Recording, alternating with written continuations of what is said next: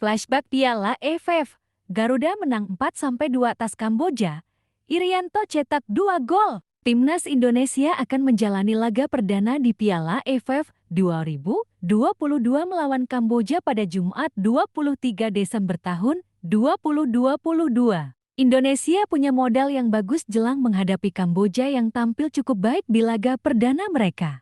Sebelumnya, Kamboja berhasil menang dalam pertarungan melawan Filipina pada Selasa 20 Desember tahun 2022 lalu. Kamboja mampu menang tipis 3-2 dari Filipina yang membuat mereka bercokol di posisi 2 grup A sementara. Meskipun begitu, Indonesia juga punya modal yang sama baiknya dengan Kamboja. Di pertemuan terakhir mereka di Piala AFF 2020, Indonesia berhasil menang besar dengan skor 4-2. Di laga tersebut, Shin Tae yang bahkan mampu membuat timnas Indonesia unggul 3 gol setelah setengah jam bermain. Ini bisa jadi sinyal baik mengingat Kamboja juga merupakan lawan perdana Indonesia di Piala AFF ke-2020.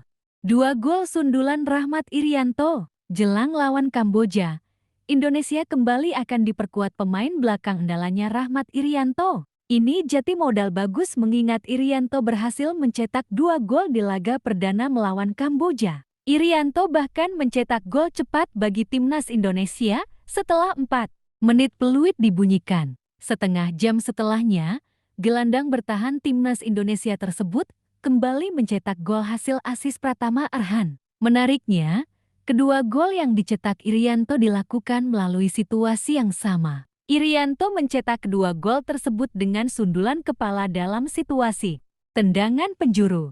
Dukung terus perjuangan timnas Indonesia. Tak hanya Rahmat Irianto yang mendapatkan panggung saat melawan Kamboja di Piala AFF ke-2020. Bek kiri timnas Indonesia, Pratama Arhan juga ambil porsi besar dalam kemenangan di laga perdana tersebut. Arhan berhasil mencetak 2 assist bagi gol kedua Indonesia yang dicetak Evan Dimas. Arhan juga mencetak assist kedua bagi gol Irianto lewat situasi tendangan penjuru. Arhan yang saat ini berusia 21 tahun melakoni debutnya bersama Indonesia pada Mei tahun 2021. Sebelum 2 assist ke gawang Kamboja, Arhan belum pernah sekalipun terlibat dalam gol yang dicetak Indonesia. Kembalinya Arhan ke Piala AFF 2022 tentu saja akan menjadi angin segar bagi Indonesia. Terlebih Arhan telah menimba ilmu dari tim Liga 2 Jepang, Tokyo Verdy.